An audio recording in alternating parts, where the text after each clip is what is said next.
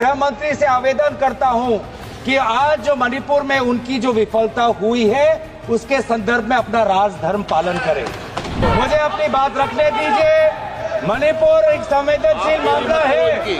कांग्रेस वाले चिल्लाकर मुंह बंद नहीं कर सकते, ये रूल कहता है। लेकिन आप है या अध्यक्ष महोदय निशिकांत दुबे?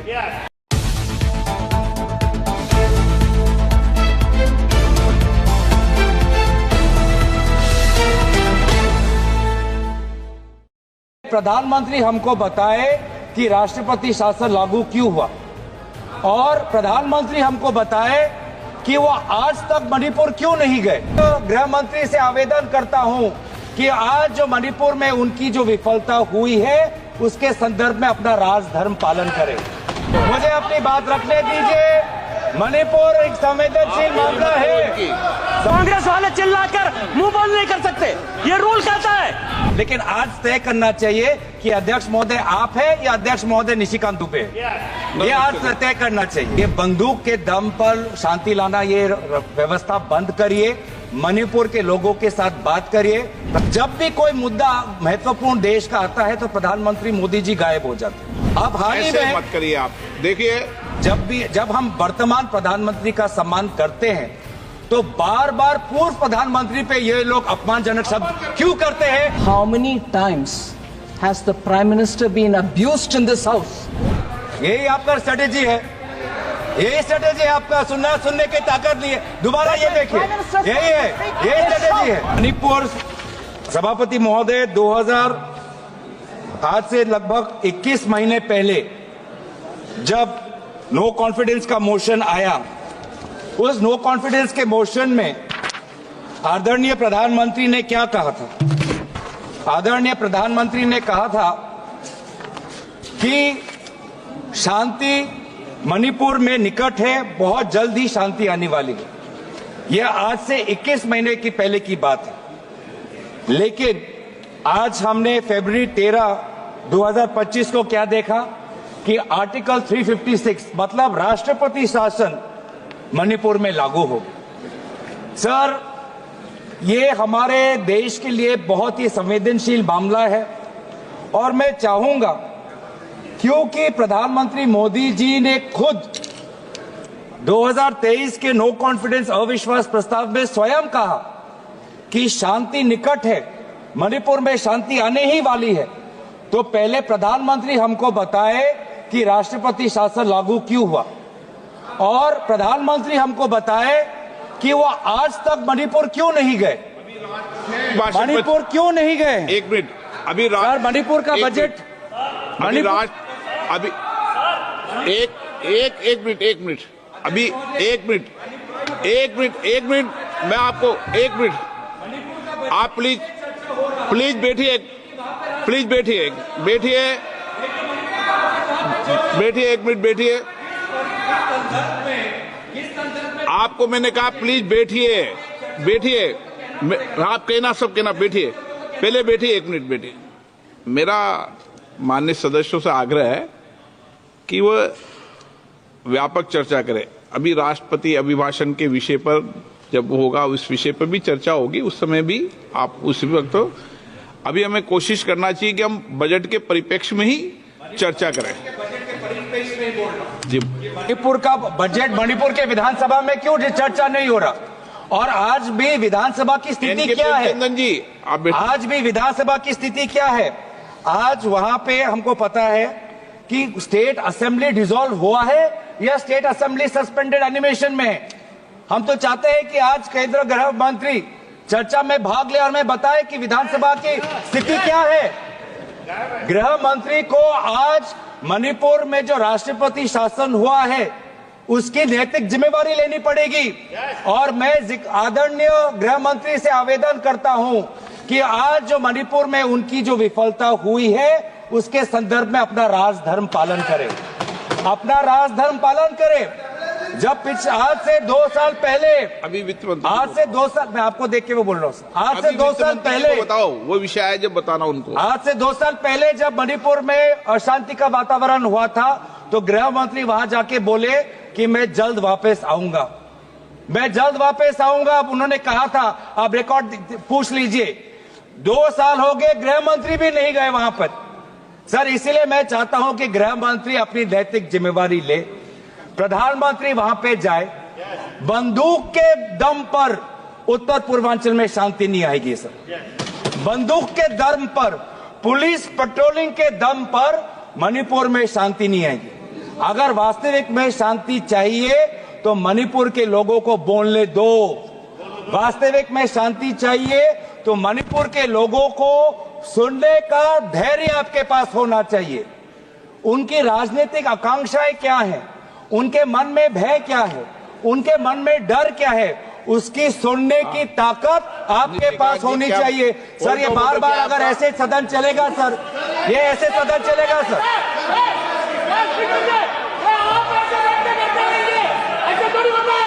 ऐसे सर वोटो उठा रहे हैं ना सर, अभी तक ये सर आप अलाउ कर रहे हैं। अध्यक्ष महोदय, बहुत गलत है, मुझे अपनी बात रखने दीजिए। मणिपुर एक संवेदनशील मामला है, संवेदनशील मामला है सर। 216 में आज मणिपुर की बजट यहाँ पे हो रहा कहता है कि डिबेट ऑन सप्लीमेंट्री ग्रांट्स केवल सप्लीमेंट्री डिमांड्स ऑफ ग्रांट्स पर भी होगा। ये हाउस रूल एंड रेगुलेशन से चलेगा, चिल्लाने से नहीं होगा सर। कांग्रेस वाले चिल्लाकर मुंह बंद नहीं कर सकते। ये रूल कहता है, रूल ये कहता है कि आप केवल सप्लीमेंट्री। आप डिस्टर्बेंस मत कीजिए, प्लीज बैठे बैठे। चिल्लाने से मेरा मुंह बंद नहीं होगा, मेरा मुंह बंद नहीं कर सकते। ये रूल है, ये संविधान है, ये देश संविधान से चलेगा, ये हाउस संविधान से चलेगा। आप जो है, आप केवल बजट पर बात करो, आप सप्लीमेंट्री डिमांड्स ऑफ ग्रांट्स पर बात करो। आप इस तरह से बात नहीं कर सकते हो स्पीकर सर, और ये चिल्ला नहीं सकते। यस सर, यही रूल कहता है, स्कोप यही है सर, इससे आगे नहीं है। और ये चिल्ला कर बंद नहीं कर सकते वो। आप भी बेटे, आप भी अभी एक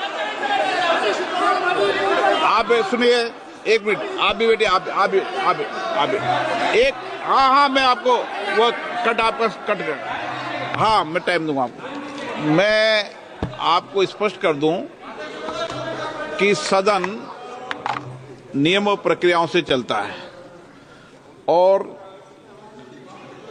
216 अनुपूरक अनुदानों पर वाद विवाद केवल उन मदों तक सीमित होगा जिसमें बने हो और चर्चाधीन मदों की व्याख्या करने, उनको स्पष्ट करने के लिए आवश्यक हो, उस सीमा तक मूल अनुदानों पर उससे संबंधित नीति पर चर्चा होगी। ये मेरा आग्रह आपसे। हाँ, चालू हो जाएगा, आप शुरू करें। अध्यक्ष महोदय, हम आपके निर्णय का, आपका मौका नहीं, हम आपके निर्णय का अध्यक्ष महोदय, हम आपके निर्णय का हम सम्मान करते हैं। आपने जिस कानून का उल्लेख किया वो सप्लीमेंट्री ग्रांट्स पे के संदर्भ में है, लेकिन आपने अनुमति दी है कि मणिपुर के बजट को भी क्लब कर दिया है। तो इसीलिए मैंने मणिपुर के बजट में क्यों यहाँ पे आया है वो संदर्भ में मैं यहाँ पे बात कर रहा हूँ। पर एक बात यह है अध्यक्ष महोदय, हम आपका बहुत सम्मान करते हैं। मैं आपको एड्रेस कर रहा हूँ, आप भी मुझे देख रहे हैं, आप भी मुझे सुन रहे हैं, लेकिन आज तय करना चाहिए कि अध्यक्ष महोदय आप है या अध्यक्ष महोदय निशिकांत दुबे है। ये आज तय करना चाहिए, क्योंकि आप हैं सर, आप हैं सर, आप पूरा सुन रहे हैं। ये अब तय होना चाहिए कौन है सर, तय होना चाहिए। आज सर, आज हम ये जानना चाहते हैं कि अध्यक्ष महोदय के आज वहां पे आर्टिकल 174(1) जो संविधान का है उसका उल्लंघन हुआ है। आर्टिकल 171। एक मिनट, मैं आपको सम्मान कर रहा हूं, उनको क्यों धक्के पर सदस्य, मैं आपको सम्मान करता हूं। I recognise you. माननीय सदस्य, प्लीज प्लीज 1 मिनट, माननीय सदस्यगण प्लीज 1 मिनट प्लीज। मैंने उनको 1 मिनट बेटे मैंने उनको पॉइंट ऑफ ऑर्डर पर बोलने की परमिशन दी थी। जब वो बोले, मैं आपसे नियमों के तहत अपेक्षा कर रहा हूं, बाकी तो सदन में बोल सकते हैं, लेकिन ये अपेक्षा रहती है कि नियमों के तहत बोले।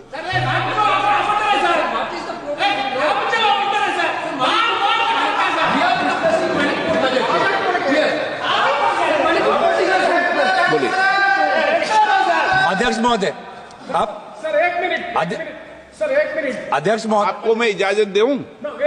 Point of order, I am purely on the point of order. No, अभी मैंने इजाजत नहीं दी आपको। अध्यक्ष महोदय, मैं दोबारा कहना चाहता हूं कि उत्तर पूर्वांचल एक संवेदनशील क्षेत्र है, भारत की सीमा से जुड़ा हुआ है, लोगों की संवेदनाएं वहां पे हैं। आपने पिछले 2.5 साल से बंदूक के दम पर शांति लाने की कोशिश की है, आप विफल रहे हैं। ये बंदूक के दम पर शांति लाना, ये व्यवस्था बंद करिए, मणिपुर के लोगों के साथ बात करिए। प्रधानमंत्री मोदी जी मणिपुर में जाएं, लोगों की क्या मन में क्या भय है उसको सुने। एक राजनीतिक रूप से ही मणिपुर में शांति आ सकता है, हम सकारात्मक रूप से यहां पे आप सुझाव दे रहे हैं। दूसरी बात यह है कि सर, जब भी कोई मुद्दा महत्वपूर्ण देश का आता है तो प्रधानमंत्री मोदी जी गायब हो जाते हैं। अब हाल ही ऐसे में, मत करिए आप, देखिए ठीक है, आप एक मिनट प्रधानमंत्री मोदी जी नहीं, से हम और अपेक्षा करते हैं। एक मिनट, शांत हो जाते हैं, शांत हो जाते हैं। माननीय जब माननीय प्रधानमंत्री जी जब पहले भी सदन के अंदर चलते सदन में पूर्व के प्रधानमंत्री जी भी गए हैं, और जब भी माननीय प्रधानमंत्री जाते हैं सदन को सूचित करते हैं, मुझे सूचित करते हैं, और उसके बाद प्रधानमंत्री जी हमेशा सदन को सूचित करके ही जाते हैं सदन में।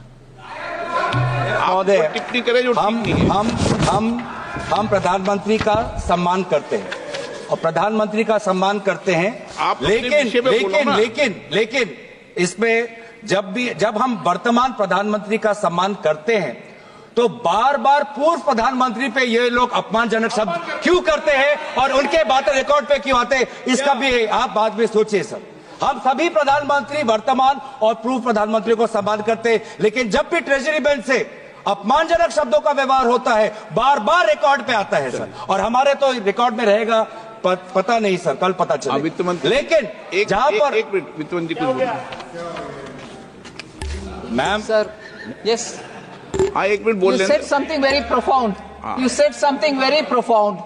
You said something very, very profound. I'd like to add to it. Sir, with due respects, it was music to my ears to hear a leading member of the opposition party say that they samman karte hain Pradhan Mantri ji ko. And quickly to add, when Treasury talks about previous Prime Ministers, they speak not in Samman Janak language. How many times has the Prime Minister been abused in this House by them? And how many times he was not even allowed to speak in the House? They stood in the well and shouted.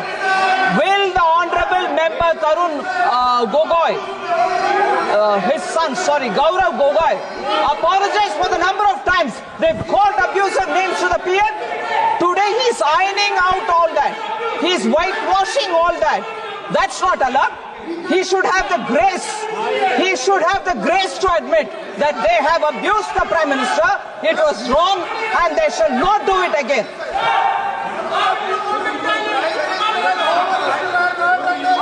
Through you, Honorable Speaker, through you, I request the Finance Minister to read the speech of the Prime Minister during the last session.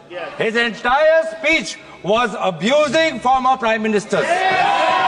I have written a letter to you putting on record a number of times he has abused the chair of the former Prime Ministers. So please before pointing fingers, अपने घर में खुद झांकिए। If it is this very clearly that I have to read the speech, Honorable Finance, I do not expect you. What is this? Honorable, what is this going on?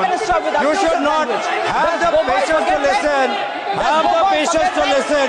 You should have the patience to listen. You read through the speech. Have the patience. Look at the way in which all of them are shouting. Now, Look at the way in which all of them are shouting. have the patience. Right? What Gogoi said is wrong? Gogoi said is wrong? Is that what they're saying? Is that what they're saying? If Gogoi had the large-heartedness to say that we should not abuse anybody, what's going on? So that shows the attitude of the Congress party. Gaurav ji, आप budget पे भी तो कुछ बोले हैं।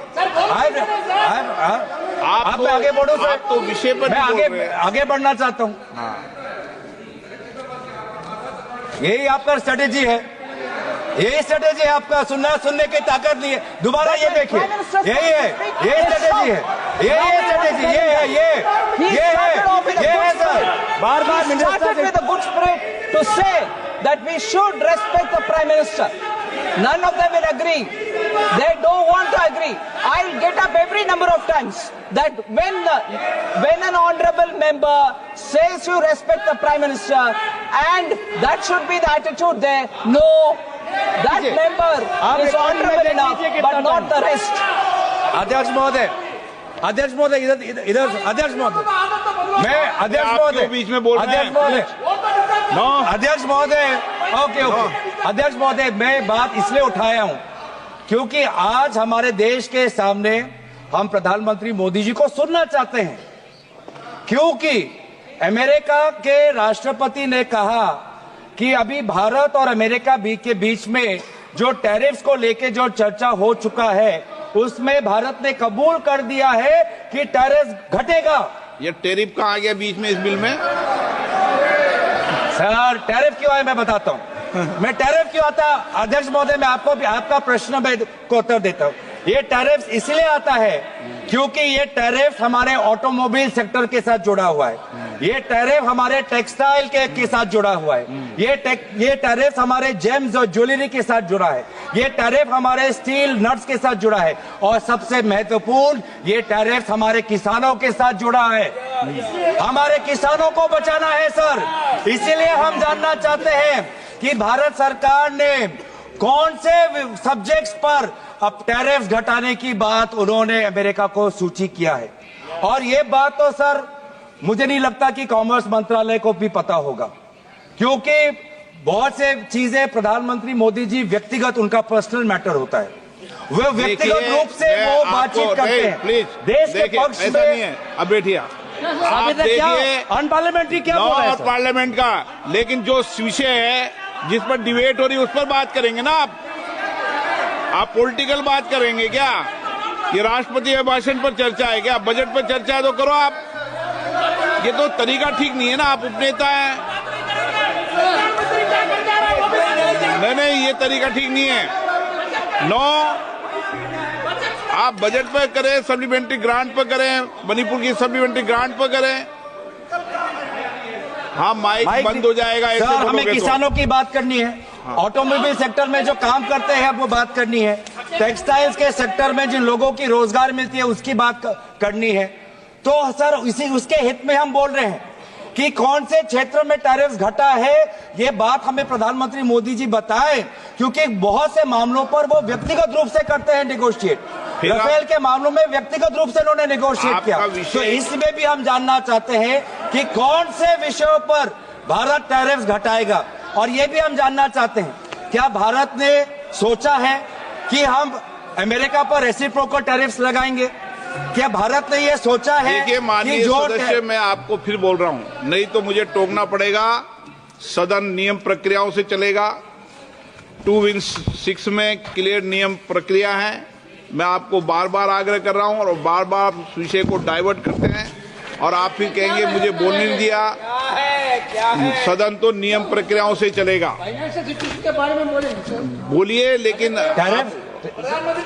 Sir commerce मंत्रालय से है सर, पूरा देश देख रहा है, पूरा देश जानना चाहता है सर। क्या जानना चाहता है? आप 15 से 19 जो इस पे बोले ना, टैरिफ को लेके पूरा देश चिंतित है सर। हाँ। ट्रेड डेफिसिट को लेके पूरा देश चिंतित है सर। हम पूरा देश लास्ट बार आप अगर इधर उधर बोलेंगे तो मुझे दूसरे वक्तों को बुलाना पड़ेगा। क्लियर कट बात है, आप बोलिए सर। पूरा देश देख रहा है सर। हाँ, ठीक है। सदन तेरा देश देख रहा है। नियमों से चलेगा, नहीं चले नियमों से चलेगा। सदन पूरा देश देख रहा है। नियमों से चलना है, बोलिए तो ठीक। सदन पूरा देश नहीं बोलने देंगे सर। बार बार ऐसे उदाहरण आते हैं, बार और आप बीच बीच में डिस्टर्ब मत कीजिए। बार ऐसे उदाहरण आते हैं कि सरकार एक कदम लेती है और फिर 2 कदम पीछे जाती है।